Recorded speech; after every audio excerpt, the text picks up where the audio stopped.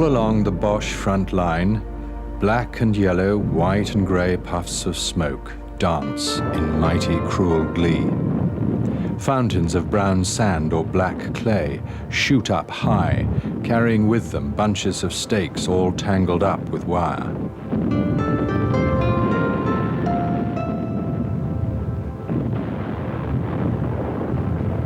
The heavy shells throw back volumes of smoke, some 300 feet in the air.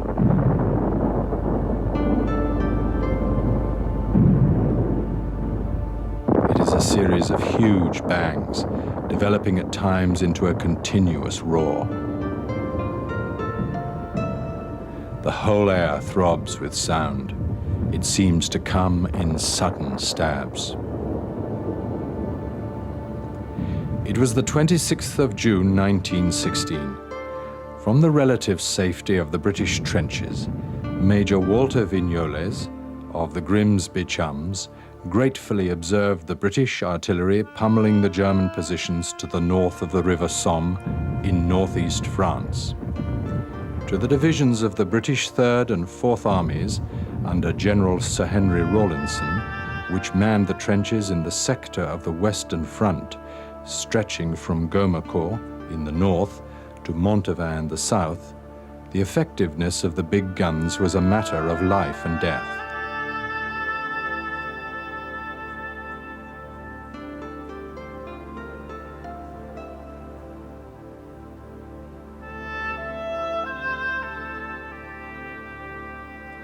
When the bombardment ended, supported by 5 French divisions in the south, they would be going over the top, pounding through the pock-marked wilderness of no man's land as fast as their 66 pounds of equipment would allow them.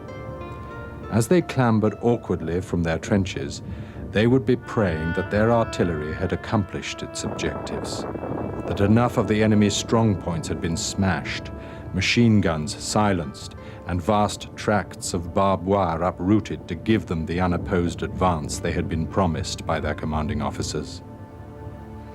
The big push, which would eventually come to be known as the Battle of the Somme, was now only 5 days distant.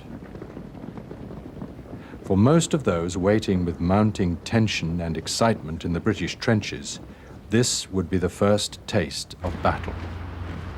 Having enlisted during the euphoric surge of patriotism which had first swept the nation on the outbreak of war, they would now be tested in one of the bloodiest and most controversial battles in the history of British military engagement. Many of them would not survive to take part in the passionate debate on the battle they were about to join.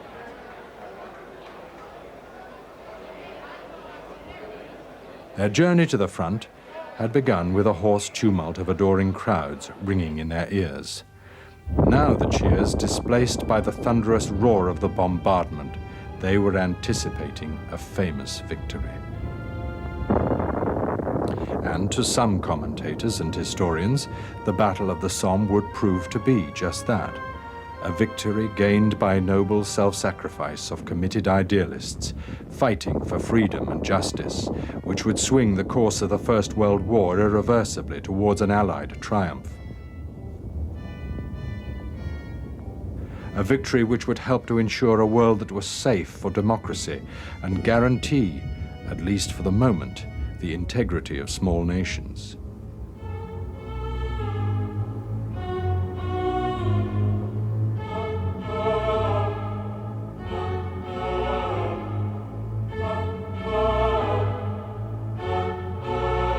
To others, it would prove a senseless defeat, a defeat which would transform these naive patriots into the mud-spattered cannon fodder of incompetent generals struggling for the possession of a tract of meaningless wasteland.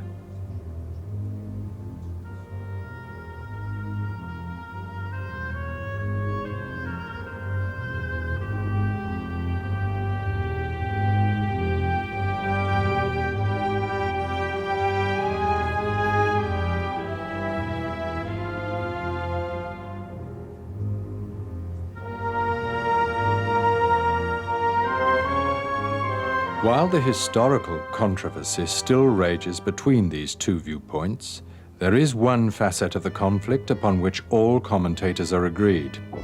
For those who fought there, the Battle of the Somme was a nightmare, a dreadful carnage which produced over 600,000 casualties and burdened the survivors with sights and sound and smells which would haunt their waking and sleeping hours for the rest of their lives.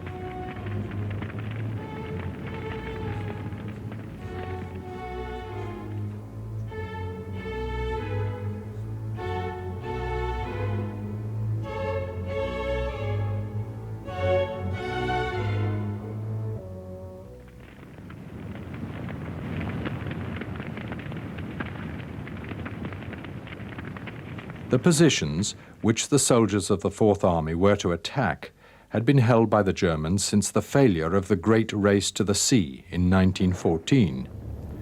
On the 4th of August of that year, having declared war on Russia and then France, the German High Command attempted to put into practice the plan of conquest conceived by General Schlieffen, their Chief of General Staff from 1892 to 1906. In defiance of Belgian neutrality, the German forces swept across its borders, meeting little resistance as the bulk of the Belgian army retreated towards Antwerp. The French and British were driven southwards as the German armies crashed through northern France. Crossing Le Mans, the German First Army, under General von Kluck, turned eastward to join up with the Second Army, under von Bülow, but found the troops of the Paris garrison threatening its left flank. As it turned right towards Paris to deal with this menace, a huge gap opened up between the two armies. The gap was spotted by the observers of the Air Force on their reconnaissance missions and reported to the Allied commanders. Into this breach, the British Expeditionary Force crept forward, hesitantly at first, but then with growing confidence. Von Kluck found himself unable to protect the rear, whilst von Bülow was intensely worried about his regiment's exposed right flank. Moltke, the supreme commander of the German armies, ordered a general retreat. To the hard-pressed Allied forces, now chasing the harassed German armies back across the Mans, it seemed that a miracle had occurred. Allied commanders felt that the war was over. They took wagers on the number of weeks it would take them to enter the German homeland. But then, as rapidly as it had begun, the retreat was halted. Having crossed the River Aisne, the exhausted German troops dug themselves into prepared positions and turned their machine guns toward the Allies. Faced with such resistance, enthusiasm for the Allied advance rapidly petered out, and the British and French forces also began to construct their own lines of trenches.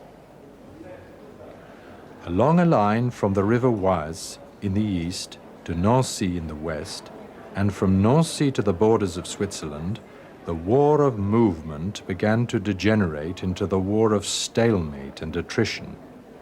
The German armies realized that their Kaiser's promise that they would be home before the leaves had fallen was a trifle over-optimistic, and even the more moderate British hopes of spending Christmas by their own firesides were now in jeopardy.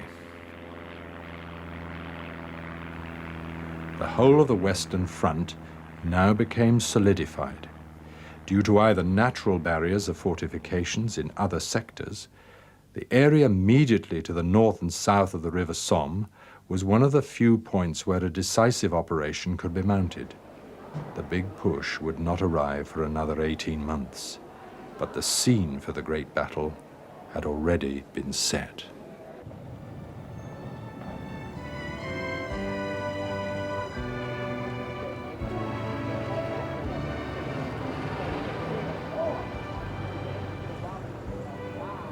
While the nature of the war in France swung from the lightning movement of the summer to the dogged inertia of midwinter, back in Britain, the war had brought about one of the most remarkable social upheavals the nation had ever witnessed. Lord Kitchener of Khartoum, Secretary of State for War, had called for an increment of 100,000 volunteers to supplement the forces of the regular army. Within a month, over 500,000 had volunteered. Men jostled in queues, sometimes miles long, outside the recruiting offices for a chance to do their bit for Britain. W.T. Collier enlisted at the headquarters of the Artists' Rifles at Duke Street in Euston. His decision had been passionate and spontaneous. My bosom swelled, and I clenched my fist. I felt restless, excited, eager to do something desperate for the cause of England. And then the impulse came, sending the blood tingling all over my body. Why not join the army now? Throbbing with a new vitality, as I imagine a man might who has just plighted his troth to the girl he had loved at first sight. Recruiting became a cultural imperative. Politicians stamped the country, inciting their listeners to orgies of patriotic sentiment. Posters screamed out slogans such as, "Women of Britain say go," or, most famous, "Your country needs you." Amateur and professional raisers sprang up, goading their audiences towards the recruiting stations with a potent oratory of passion and guilt.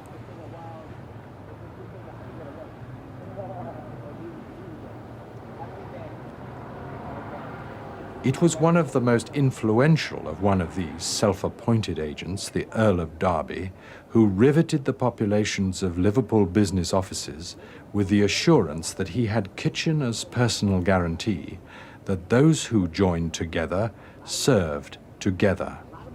It proved a stroke of propagandist genius. Units of PALs sprang up everywhere. Workplaces, football teams, villages and clubs joined up en masse. The seeds of patriotism broadcast by the recruiters had fallen on the rich soil of a nation's conscience and fertilized by our traditional belief in its own decency. As C.L. Montague was to write of these volunteers after the war, each of them quite seriously thought of himself as a molecule in the body of a nation that was really, not just figuratively, straining every nerve to discharge an obligation of honor. All the air was ringing with rousing reassurances. France to be saved, Belgium righted, freedom and civilization re-won. A sour, soiled, crooked world to be rid of bullies and crooks and reclaimed for straightness, decency, good nature, the ways of common men dealing with common men.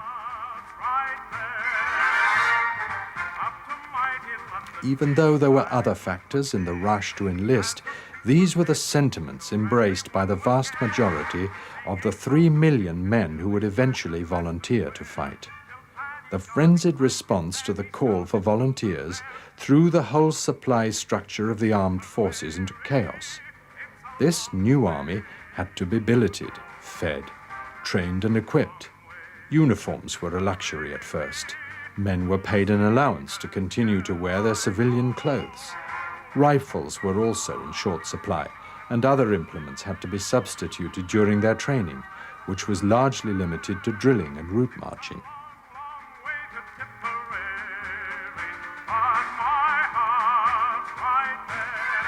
The sight of these platoons of earnest young men tramping in unison along the roadways of Britain, some in the now dishevelled Sunday suits they had joined up in, walking sticks slung menacingly across their shoulders, would hardly have struck fear into the battle-hardened hearts of the German troops holding the line of the Somme. In the end, the training and equipping of this great influx of fresh warriors proved an intractable problem for Kitchener. Divisions which would eventually reach the Somme only received their full quota of equipment weeks before departure. Their preparations for the front also suffered terribly from the chronic lack of experienced officers and NCOs.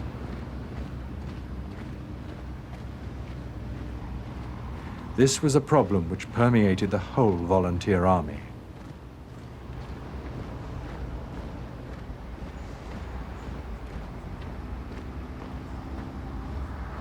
The vast majority of those charged with the leadership of the newly formed divisions were commissioned because they had attended one of England's elite public schools.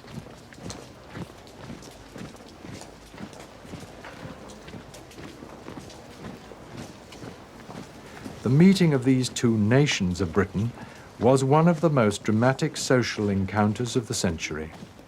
It was a meeting which forged a bond of sympathy that would have profound consequences in the post-war world. But for now, the only thing they had in common was their inexperience.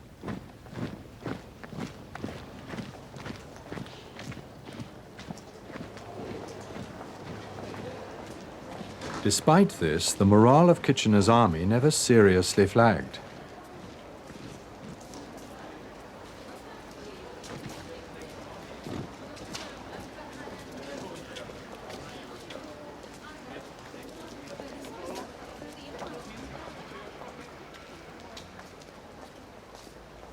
The mutual support within the PAL's regiments was tremendous. According to Private George Morgan of the West Yorkshire Regiment, the companionship was marvellous. Absolutely marvellous. Everyone seemed to help one another. It was lovely. We were all pals. We were happy. Very happy together. And they were such good people. They were fine young men. As the first substantial waves of volunteers reached the shores of France early in 1916, the plans for the big push were already underway. The huge volume of men, supplies and munitions being pumped forward on trains over 40 carriages long meant innumerable delays. In the winter months, it also meant the real possibility of freezing to death. There is nothing worse for an officer or man crossing to France for the first time or coming back off leave to take part in some important fight than his railway journey to the front, wrote Captain R.S. Coburn of the King's Royal Rifles.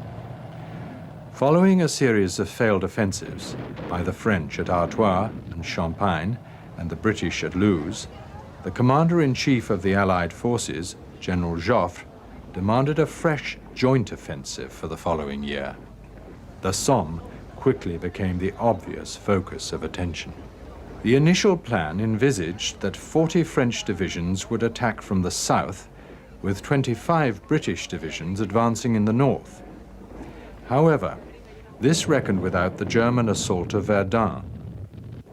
On the 21st of February 1916, the bombardment of the fortress of Verdun began. Lying at the head of a salient which the French line would have been better off without, Verdun was nevertheless a symbol of French national pride. It also became a major political symbol. If Verdun fell, so too would the French government under Briand. The fortress was to be defended at all costs. By the end of June, when fighting died down, 78 French divisions had been committed to Verdun.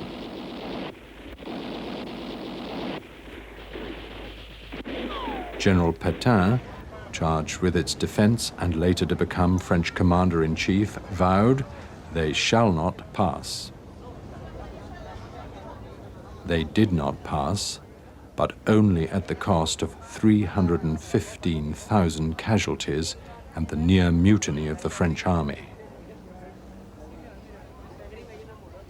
As the appetite of Verdun for fresh corpses grew more ravenous, so the number of French divisions available for the big push diminished. Ironically, this also increased the pressure from Joffre on Haig, the British commander-in-chief, to bring the date of the offensive forward. Politically committed to the defense of the fortress, Joffre felt that only a major offensive on another front would distract the Germans from their attack. By May, the total scale of the offensive had been substantially reduced. It was now agreed that on July 1st, approximately 12 British divisions would attack from the north, 5 French divisions from the south. The trenches which the Fourth Army occupied were typical of the British trench systems of the First World War. There were 3 or 4 lines of trenches from 100 to 400 yards apart. These lines were roughly parallel to each other. No trench ran straight for more than a few yards, which stopped the enemy from firing along its total length if one section were captured. Each trench had a parapet in front, facing out onto the barbed wire which guarded its approach. Fire bays alternated with solid earth traverses. The fire trenches were 6 to 12 feet wide at the top, narrowing to roughly 3 feet wide at the bottom. Communication trenches linked the lines together, and a wider approach trench allowed supplies and equipment to be brought forward after nightfall. The trenches required constant maintenance to prevent erosion. Pit props, railway sleepers, sandbags and brushwood were some of the materials used to shore up their sides.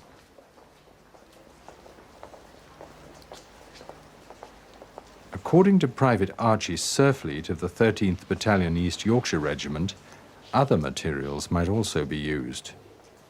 The top step of our particular stinkhole consisted of a kind of soft bagging, which, when wet with rain, exuded a red fluid which trickled down the steps. We found it better to ignore it. Conjectures are not pleasant when you come across more than one poor soul buried in sandbagging and forming part of the trench side. Compared to the German trenches, the British were very crude affairs. This was a conscious tactic. According to the Field Service pocketbook, the choice of a defensive position and its preparation must be made with a view to economizing the power expended on defense in order that the power of offense may be increased. Nevertheless, until mid-1916, the Somme had not really experienced the full horror of trench warfare. When the bombardment opened on the 24th of June, this was about to change.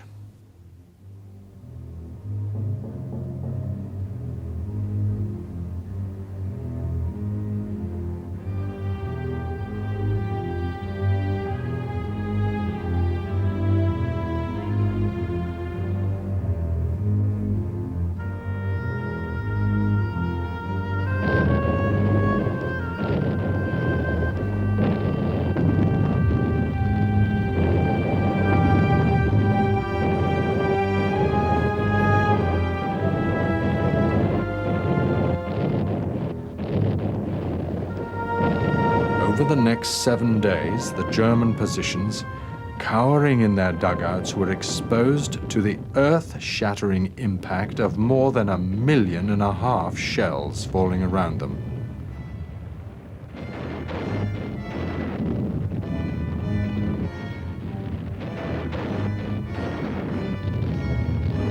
The British field artillery was made up of 18-pound guns generally devoted to wire cutting,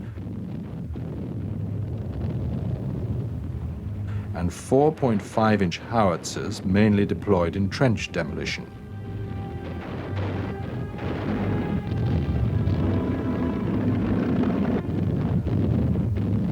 The medium artillery, consisting of 4.7-inch, 6-inch and 60-pound guns, was targeted on supply dumps, approach roads and railheads.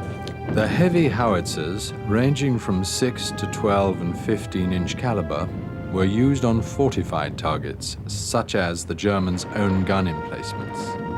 Further forward, the infantry used trench mortars to send 2, 3 and 4-inch shells into the enemy trenches.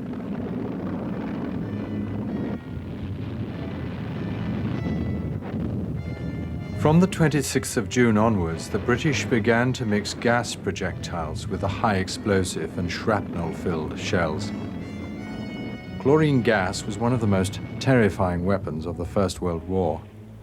Lance Sergeant Elmer Cotton described its effects as splitting headache, terrific thirst, though to drink water is instant death, a knife-edge pain in the lungs, and a coughing up of greenish froth off the stomach and the lungs, ending finally in insensibility and death. The color of the skin, from white, turns a greenish black and yellow. The tongue protrudes and the eyes assume a glassy stare. It is a fiendish death to die.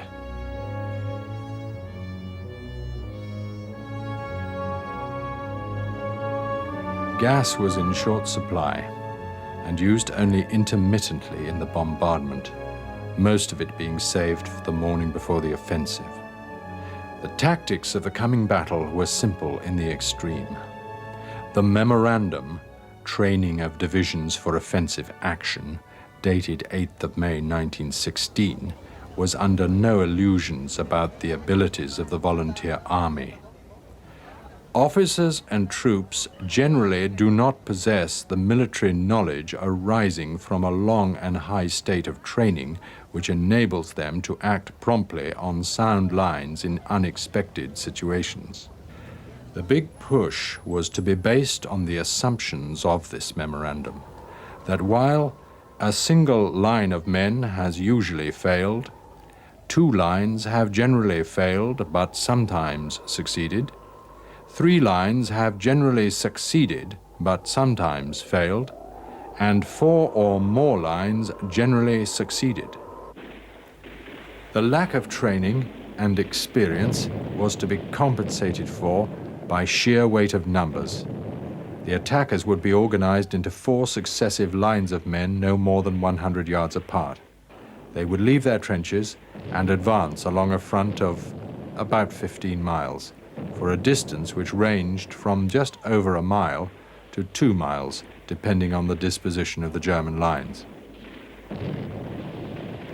The advance would be protected by a creeping barrage of artillery fire, behind which the infantry were expected to advance relatively unmolested. The barrage would pound the first line of the enemy defenses for as long as it took for the infantry to reach it. It would then move forward to the next predetermined line and shell this for the same period.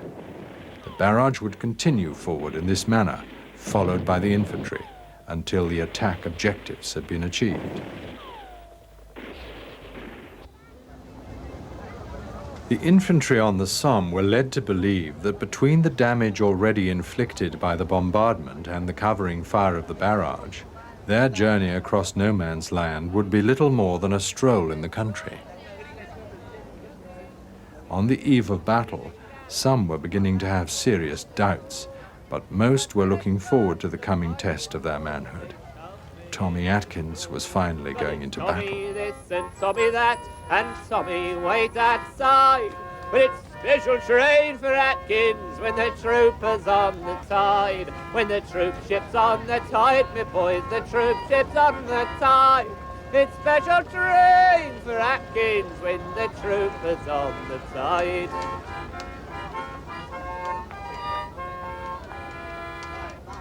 Yes, making mock of uniforms, what guards you while you sleep. It's cheaper than them uniforms and they're starvation cheap. And hustling drunken soldiers when they go in larger bits, when it's 5 times better business than parading in full kits. While it's Tommy this and Tommy that and Tommy how's your soul? But it's a thin red line of heroes when the drums begin to roll. When the drums begin to roll, me boys, the drums begin to roll. It's a thin red line of heroes when the drums begin to roll. Well, we aren't no thin red heroes, no, we aren't no blackguards too. We're just single men in barracks, most remarkable like you. And if sometimes our conduct isn't all your fancy paints, well, single men in barracks don't grow into plaster saints. While it's Tommy this and Tommy that and Tommy fall behind, but it's please walk in front, sir, when there's trouble in the wind. When there's trouble in the wind, me boys, there's trouble in the wind. It's please to walk in front, sir, when there's trouble in the wind.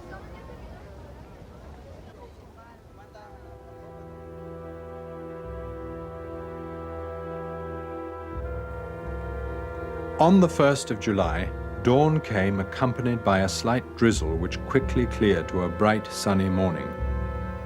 The men ate a last meal. For the fortunate, this came warm from the rear positions. At 6:25, the artillery flung a final colossal roar of bombardment toward the German lines. Corporal Bill Mund of the East Surrey Regiment waited with mounting tension. How the time dragged on. Would it never come? At last, 1 minute to go. Get ready. Now for it. Either death or glory, or perhaps a nice wound, good enough to get us across the water to Blighty.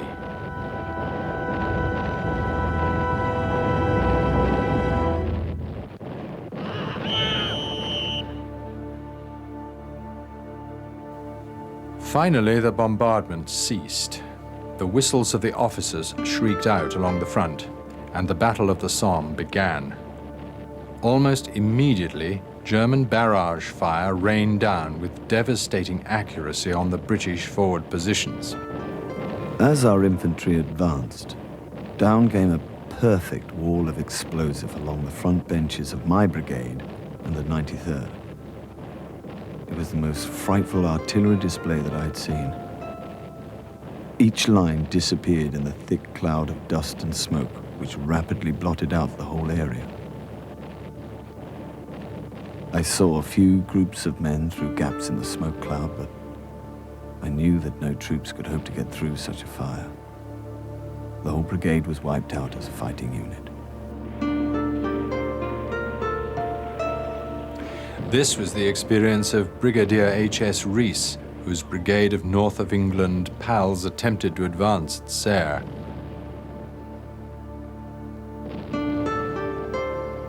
For those who survived the barrage, the machine gun fire was waiting. A sergeant of the 3rd Tyneside Irish described how I could see away to my left and right, long lines of men. Then I heard the patter-patter of machine guns in the distance. By the time I'd gone another 10 yards, there seemed to be only a few men left around me. By the time I had gone 20 yards, I seemed to be on my own. Then I was hit myself. up and down the line of advance, most of the British infantry came under heavy fire within seconds of leaving their trenches. For those who managed to win through to the enemy lines, there was often the heartbreak of attempting to find gaps in the German wire where none existed. All along the front, it was almost universally the same story of mayhem and carnage. The only sector of progress was south of La Boiselle, where divisions fighting beside the French and the French themselves made significant advances.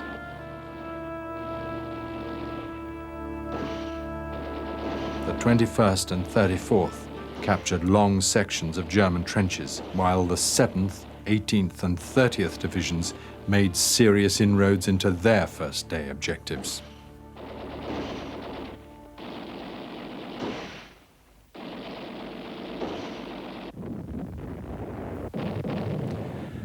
By 9 a.m., due to shock, exhaustion, counterattack and German reinforcement, the vast majority of the British infantry had lost touch with their barrage protection. It had moved ahead to rain down shells on objectives which were not only unachievable, but also unreachable.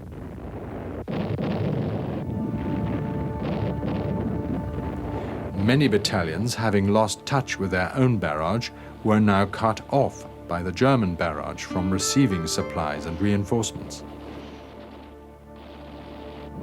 From behind the protection of their own lines, the enemy could pinpoint these stranded British remnants and attack them with mortar, grenades, and shells. Moving forward or to the rear meant exposing themselves once again to machine gun fire. Neither could they easily call on covering fire from their own artillery.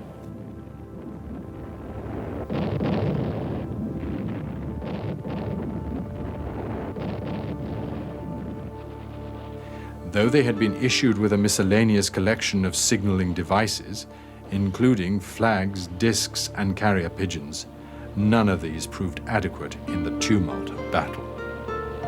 The only communications which proved reliant, comprehensive, and fast enough to be effective were those carried by the regimental runners, who risked their lives scampering heroically back to their line through the deadly hail of no man's land. Even after the slaughter of the first wave of attack, commanders were still sending battalions forward.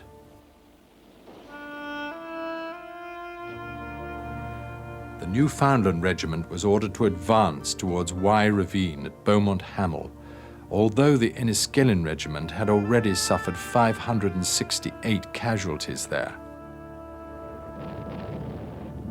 The Newfoundlanders lost 710, including all their officers, when each regiment was only putting between 700 and 800 men in the field at any one time.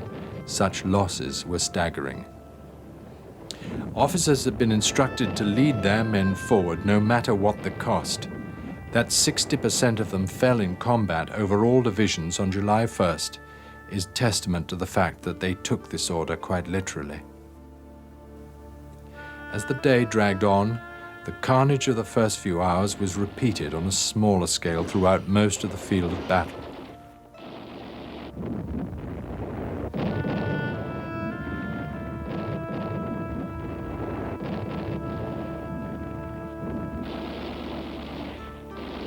By nightfall, the Somme had claimed 60,000 British casualties, the highest number ever to fall in a single day. Nowhere had the attack approached the German second line, the main British objective for the first day of battle.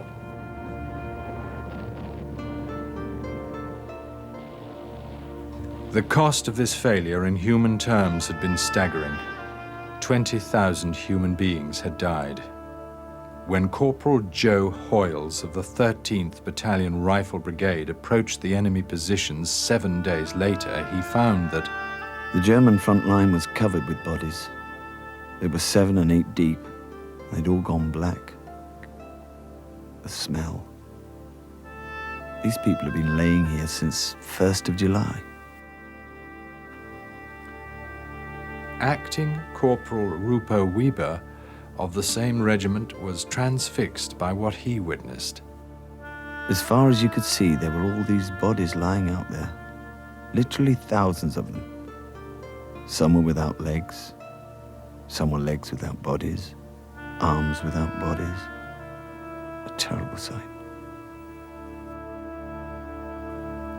For those assigned to burial detail, the task proved traumatic in the extreme. The dead were stretched out on one side, one on top of each other, 6 foot high. I thought at the time I should never get the peculiar, disgusting smell of the vapor of warm human blood heated by the sun out of my nostrils.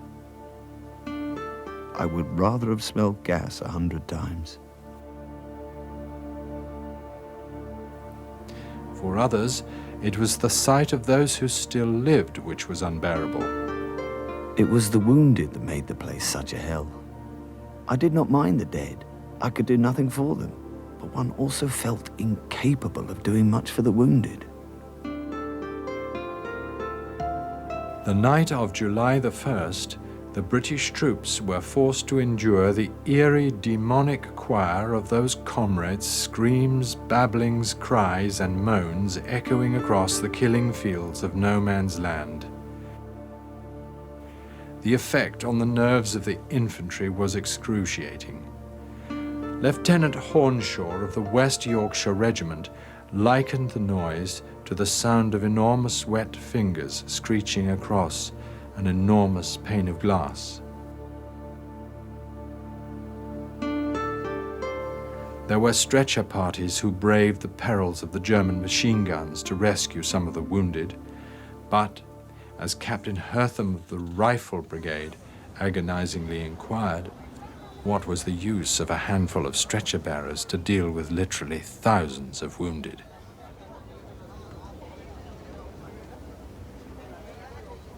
Even those who point to the advances on the south of the battlefront as evidence that the first day of battle was not a complete military disaster cannot avoid the catalogue of tactical and strategic criticisms laid against Haig and the rest of the British High Command. There was no intelligence that the German dugouts were so deep, their strong points so well fortified, and so many gun emplacements masked. Much of the British ammunition was made up of duds which failed to explode or exploded in the breeches of the guns prematurely.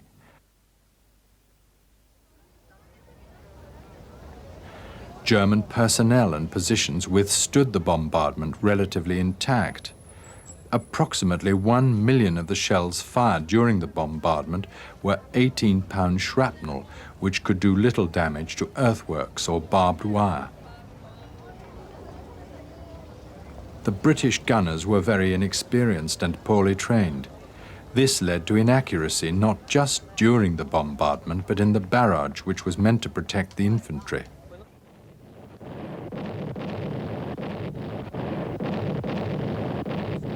Instead of advancing close behind their barrage, the infantry had to stand off for fear of being hit by shells dropping short. So the German defenders were given the opportunity to reorganize before the attacking wave of the British was upon them.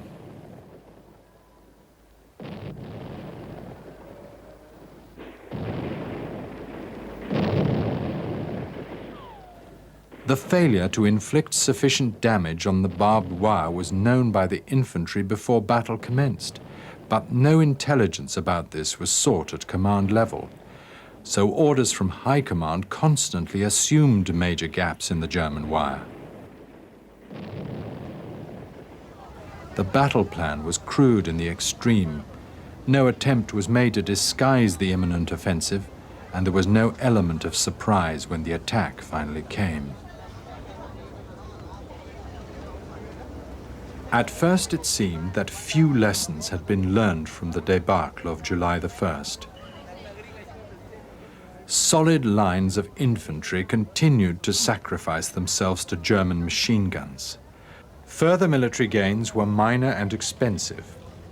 However, on the 14th of July, Rawlinson won permission from Haig to attempt a surprise offensive. Upwards of 20,000 men attacked the sleeping German positions at 3:25 a.m. After only 5 minutes of bombardment, 5 miles of the German second line were eventually overrun.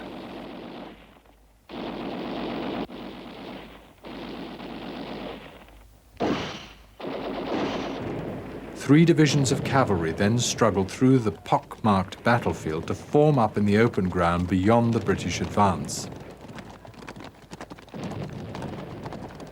Lances glistening in the sun, pennants bravely waving, they gathered momentum as they advanced.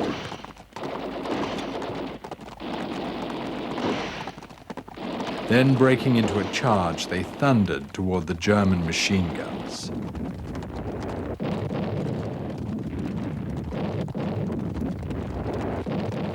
The slaughter which followed signaled the pathetic end of the cavalry charge as a tactic in modern warfare.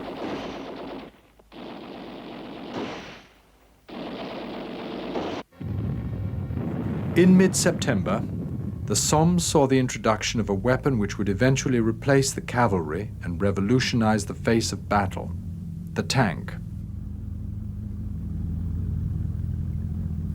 At the Battle of Flers-Courcelette in 1916, 49 of these 28-ton mechanical monsters lumbered towards their first offensive at a top speed of just over 3.5 miles an hour. With a crew of 8 squashed into the stifling heat of its armor-plated interior, the tank was designed to cross a 10-foot-wide trench and take out a machine gun post with 6-pounder guns or engage personnel with Vickers and Hotchkiss machine guns.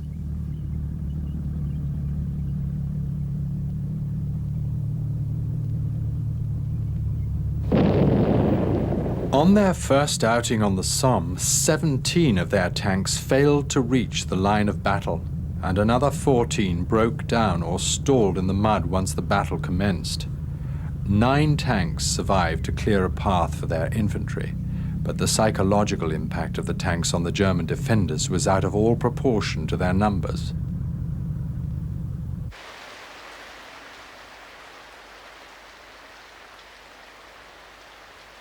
By late September, the Germans had been pushed back over 3 miles. Weather conditions had become atrocious. According to the official history, little could be seen from the air through the rain and mist, so it was impossible to locate with any accuracy the new German trenches and shell-hole positions. Bursts of high explosive were smothered in the ooze. The ground was so deep in mud that to move one 18-pounder, 10 or 12 horses were often needed. The adverse weather was also affecting the work of the Allied Air Force, an increasingly important support for the infantry as the campaign on the Somme wore on.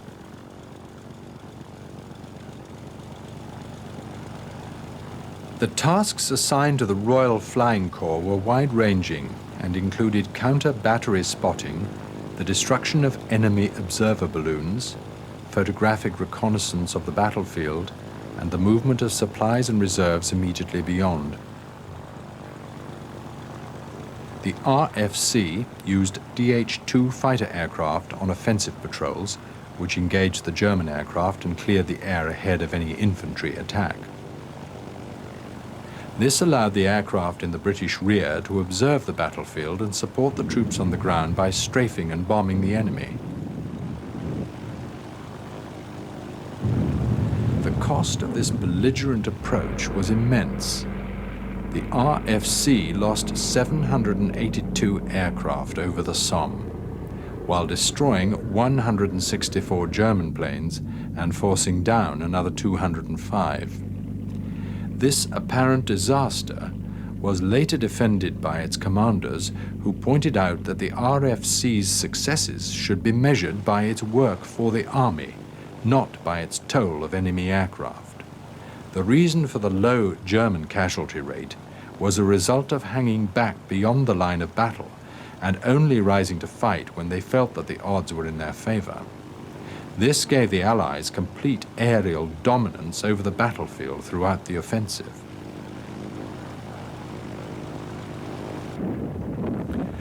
The deluge over the Somme continued into October. It seemed that the big push was squelching ignominiously to a halt.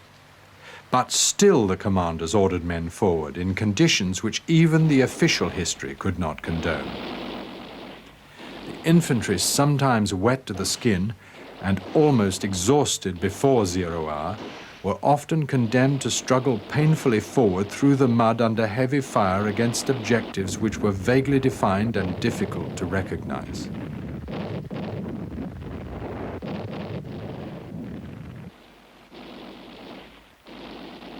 Many of the troops now ploughing through the mud were beginning to question the wisdom of their leaders. With their growing knowledge of strategy and tactics came the realization that the extent of annihilation on July the 1st might well have been avoided. Their tendency towards cynicism was fed by newspaper accounts, which led them to question if the battle in which they were engaged was the same one being reported by the press. On July the 3rd, the Times quoted Haig as saying that the first day of the battle had brought substantial progress. We got our first thrust well home, and there is every reason to be sanguine about the result. According to the writer C.L. Montague, those who had lived through the massacre read the stuff open-mouthed.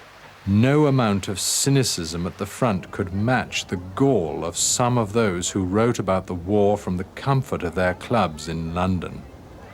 Even after the Battle of the Somme, Lord Northcliffe, owner of the Times, could write about conditions in the trenches. The open-air life, the regular and plenteous feeding, the exercise, and the freedom from care and responsibility keep the soldiers extremely fit and content.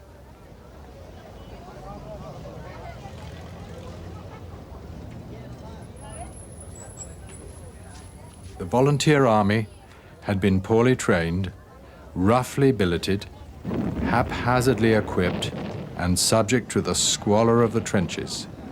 They had borne all of this, for the most part, with a patient faith in their commanders, their government, and the institutions of the nation for which they fought.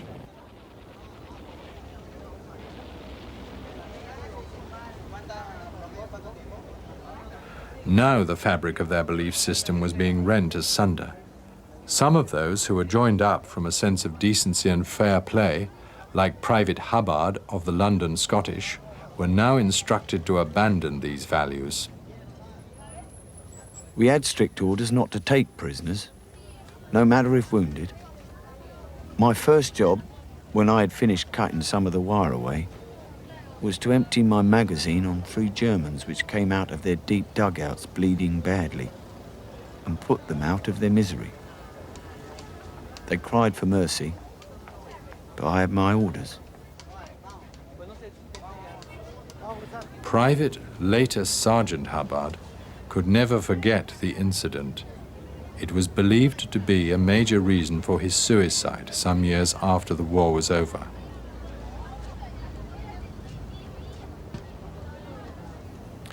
While such orders were not common, indeed sometimes it seemed success was counted by the number of prisoners taken, neither was Private Hubbard's a singular experience.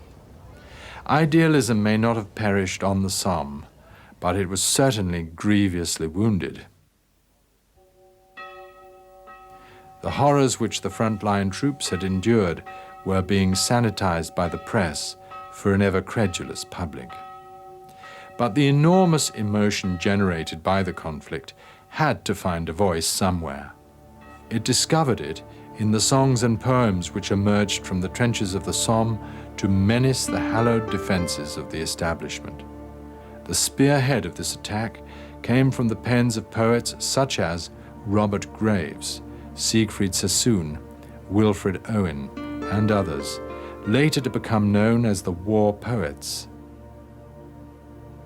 Having enlisted with as much idealism as their comrades, poems like The General echoed the growing sense of bitterness and disillusionment which now began to gnaw at them. "He's a cheery old card," grunted Harry to Jack, as they slogged up to Arras with rifle and pack. But he did for them both, with his plan of attack. The wounded soldier was not comfortably ensconced in a French hospital dreaming of his sweetheart and a swift return to duty. He stirred, shifting his body. Then the pain leapt like a prowling beast and gripped and tore his groping dreams with grinding claws and fangs.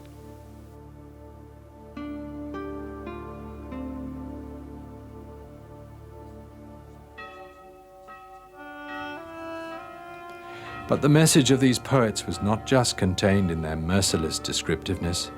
They celebrated life in the midst of death, the voice of nature struggling through the thunder of battle, and reasserted the sacredness of the individual against the wholesale degradation of anonymous mechanical warfare.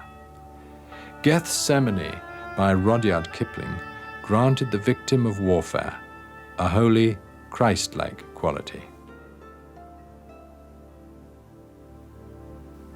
The garden at Gethsemane, it held a pretty lass, but all the time she talked to me. I prayed my cup might pass. The officer sat on the chair, the men lay on the grass, and all the time we halted there, I prayed my cup might pass. It didn't pass. It didn't pass. It didn't pass from me. I drank it when we met the gas beyond Gethsemane. The ultimate enemy of these poets, and those they spoke for, inevitably became not the German enemy, but the war itself. But still the war dragged on. While Haig had decided by mid-October that the German lines on the Somme would now not be pierced before spring, he was pressurized by Geoffrey to keep the offensive going. A final assault was planned. but the quagmire conditions underfoot saw its continual postponement. But on the 9th of November, the weather suddenly cleared, and severe frosts began to solidify the quivering mud. 4 days later, the attack began, an hour and a half before dawn. Each morning since the beginning of the month, the German front-line trenches had been subject to an hour's heavy barrage. However, the shells falling around them on the 13th were the prelude to the advance of 7 divisions under General Sir Herbert Gough.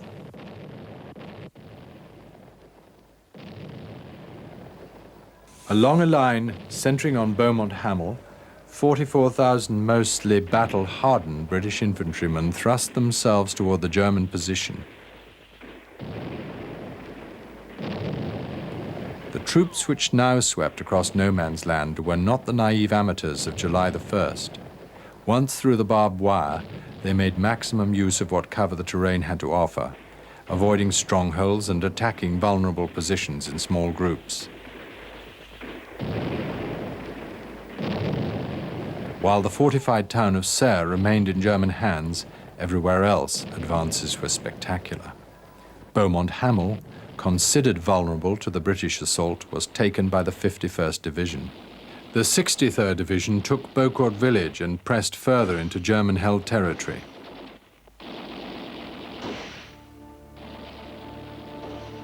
By November the 18th, the Battle of the Somme was over. The Allies had advanced up to 6 miles. Each mile had been bought by over 100,000 casualties. The British suffered 450,000 casualties, all told. In the Second World War, the total of British losses on all fronts would not exceed 350,000. Whatever its strategic value, in human terms, the Somme had been a military disaster. Those who joined together had indeed fought together and died together.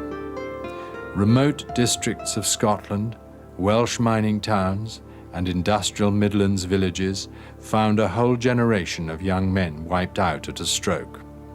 The survivors would bring back tales of incompetence and horror which would alter the thinking of the British public forever. The memory of what they had witnessed could only grow more vivid with time. Having fought in this most harrowing of battles, they felt charged with the responsibility somehow to communicate the pathetic, murderous indignity of the Somme to their fellow countrymen and to future generations.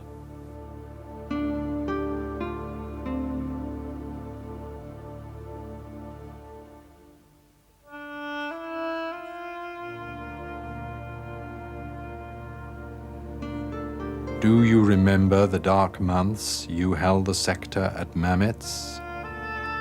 The nights you watched and wired and dug and piled sandbags on parapets?